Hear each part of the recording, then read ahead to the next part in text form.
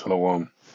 All praises to Yahweh, Ba'ashem, Yahushua, Ba'ashem, Harakak, double honors unto the elder apostles of Great Millstone. Well, and shalom to the hopeful that this is a response video to Elder Apostle Tah's video entitled You Miss a Day, You Miss a Lot. Joel 3:10 is officially in play. Alright, so yeah, check out the video. It's basically going into it's a response video from um Elder Apostle Tah to Elder Mother Gun. I hope I'm pronouncing the elder's name correctly. DC, and yeah. So I'm just got a couple precepts to come to mind. I'm gonna read a little excerpt from an article speaking on the things that the elder DC was speaking about, just uh, to kind of get to the point. Um, this is from independent.co.uk. It says Pentagon approaches US automakers to help make weapons as wars deplete stocks, report claims. The report outreach effort is reminiscent of how major Detroit automakers helped produce armaments during World War II. So we're seeing that the war drums are banging, right? And really all the more because of the warfare down there in Iran. All right. One of the main ones is basically Iran skillfully outwitted Babylon the Great, America, and Israel, the state of Israel, the least of the flock, to basically deplete their munitions to the point of making them susceptible to attack. All right. And they really utilize guerrilla warfare tactics in a whole different theater of war, being that with missiles, things of that nature. So let me read this, man. It says that the Trump administration is reportedly reaching out to the U.S. Automakers about using their factories to produce military gear as the ongoing wars in Iran and Ukraine drain American defense supplies. Defense officials have spoken with top executives at General Motors, Ford, GE Aerospace, and machinery maker Oshkosh about the effort, the Wall Street Journal reports. All right. So yeah, that's really the long and short of it all. All right. So they're making use of that.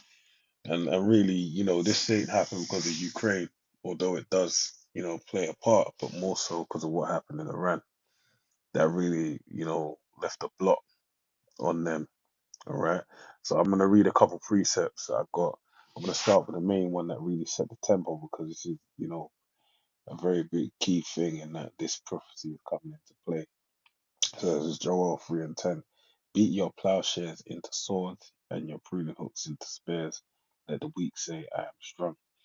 All right, and we can see that, this is making America is making a pivot from building cars and things that, utilizing these factories, industry, industrial plants.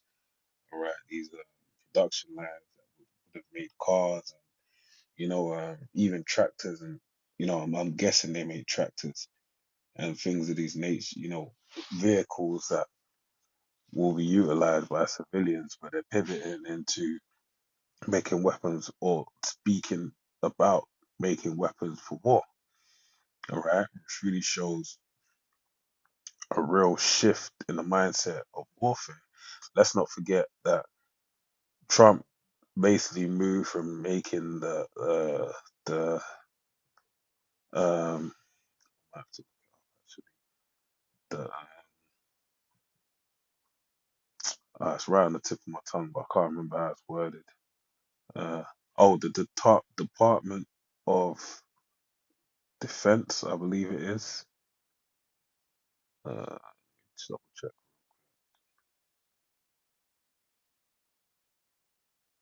Yeah, So it says the United States Department of Defense, also referred to the Department of War. All right, let me quickly just pull up the little information.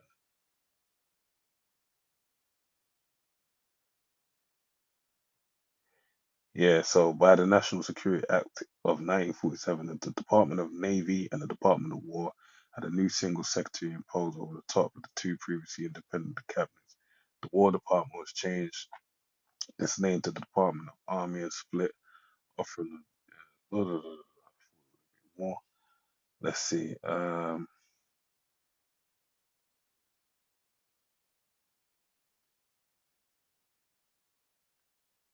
Yeah, so basically, Trump changed the name to the Department of War. It says it here in September. All right, so that's the point. So this is the shift in the spirit. The main point being that this is, it's gone from the Department of Defense to the Department of War, and really being on an offensive. All right, so you have this. This is really showing the spirit of the times, and that it's being called the spirit of war.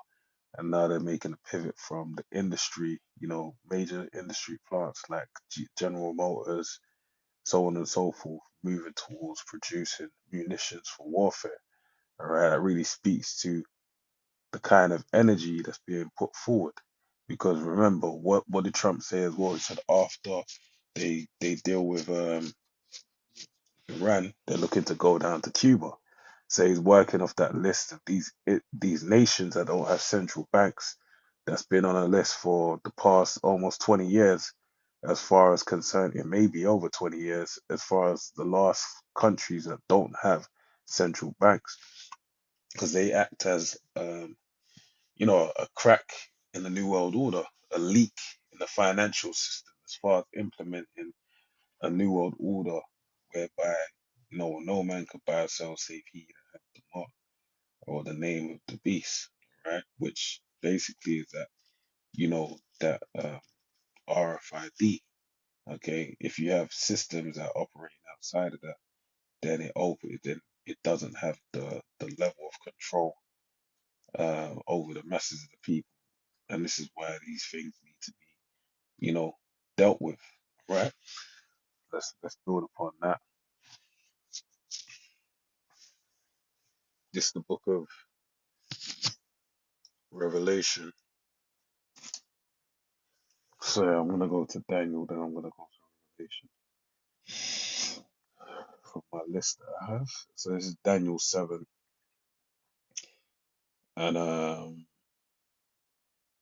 19. It says, "Then I would know the truth of the fourth beast, which was diverse from all the others, exceeding dreadful, whose teeth were of iron, and his nails of brass, which devoured, brake in pieces, and stamped the residue with his feet."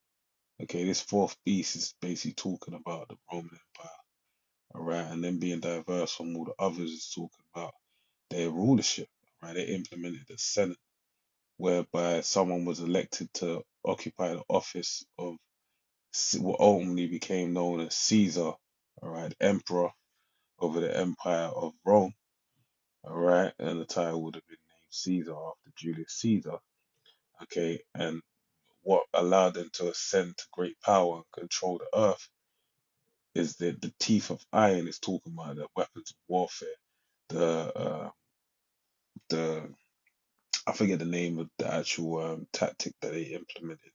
It's escaping me right now. But they utilized their war tactics that basically allowed them to gain great advantage over all the surrounding people in the world of that time and basically subdue all the people before them. That's why it says exceeding dreadful teeth of iron. Right? The teeth is talking about the bite is in their weapons of warfare, and his nails of brass, which devoured, break in pieces, and stamped the residue of his feet with his feet, that being the tribesmen.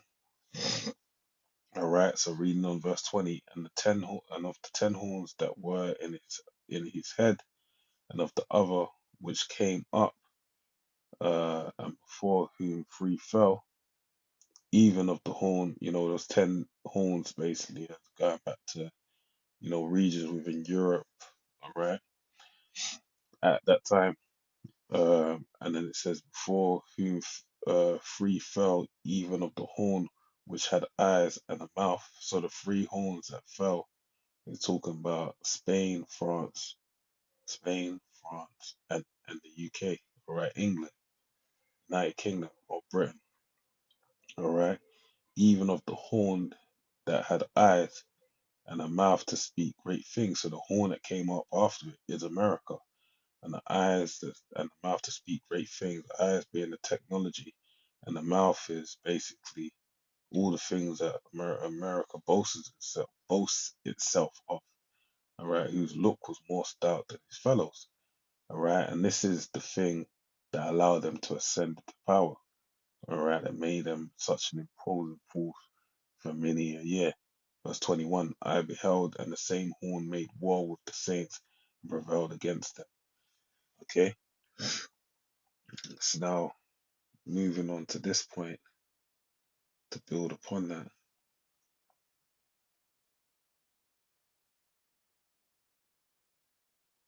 Revelation 13. I want to start from 12. And he exerciseth all the power of the first beast before him, and causeth this, speaking about the same beast, or speaking about America, should I say. Alright, the first beast that came up before him is speaking of the beast that was spoken, that fourth beast, being Rome, because this is the extension of the Roman Empire. You go into Revelate later on in Revelation, alright, verse 20, I believe, it speaks about um, Satan being bound for this beast being bound for 1,000 years, but then we lose for a little season. We are in this little season where it's ruled by America, and causeth the earth and them which dwell therein to worship the first beast, whose deadly wound was healed. All right, and everyone's worshiping this beast, but they got nowhere there, obviously, because this is hidden, dark sayings, parables, and he doeth great wonders, so that he maketh fire come down from heaven on earth in the sight of men. All right, ICBMs. And we was talking about this at the camp. All right, people are reading this with a mindset, with a modern day mindset. All right, when was this written? That's the question you need to ask. When was it written? We're going back 2,000 years. John the Revelator on the Isle of Patmos. All right, after when he was bound there, in slavery. And the Heavenly Father was giving these visions to him at the time. So he was seeing this. This man was back in the time 2,000 years ago, seeing the visions of these times whereby he saw planes dropping bombs, B-2 bombers, whatever have you. All right, and this is more specifically talking about it being done at NATO and the EU, the beast. This would have been first done in Yugoslavia. All right, I believe, Lord willing, I believe that because I haven't gone over it. Um, I'm not 100% on point with that. But the point being is that this man made fire come down from heaven. So people get that misconstrued. They read that now and think, "Rah, what does it mean by fire coming down from heaven?" You're not applying. You're not actually putting yourself in the feet of John the Revelator and deciphering it as far as it concerns a prophetic event is yet to come to pass, which we've lived through. We've seen it now.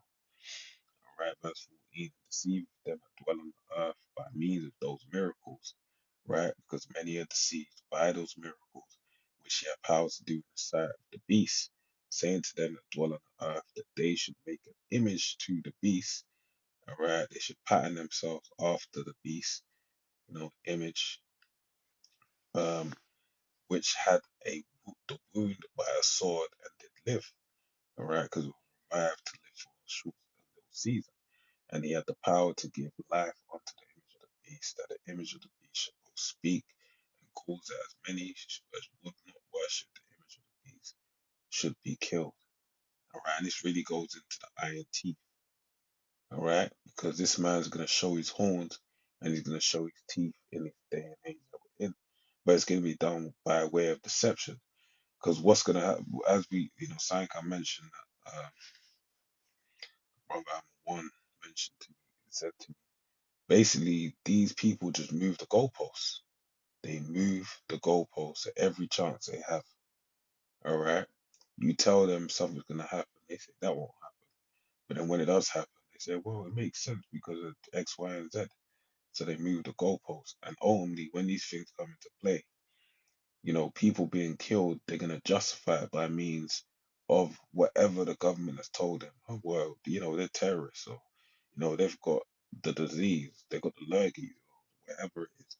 But they failed to understand that this prophecy has come to pass. That's the main thing, all right? So that's the point,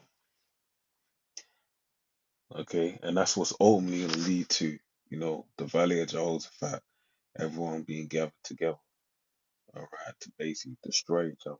That's the judgment of the Heavenly Father. This man is not building up munitions in vain. It's he has an end goal in mind, and the end goal in mind is to basically establish his new world order. When he's about to fill his belly, you know, it's gonna, when he thinks he's gonna complete the task, that's when everything's gonna go all right, and this is why he's building up his munitions, okay, because he knows that it ends inside, and he's only doing it to establish a power, a grip on the earth. So with that, I pray you edify to the next one. Shalom.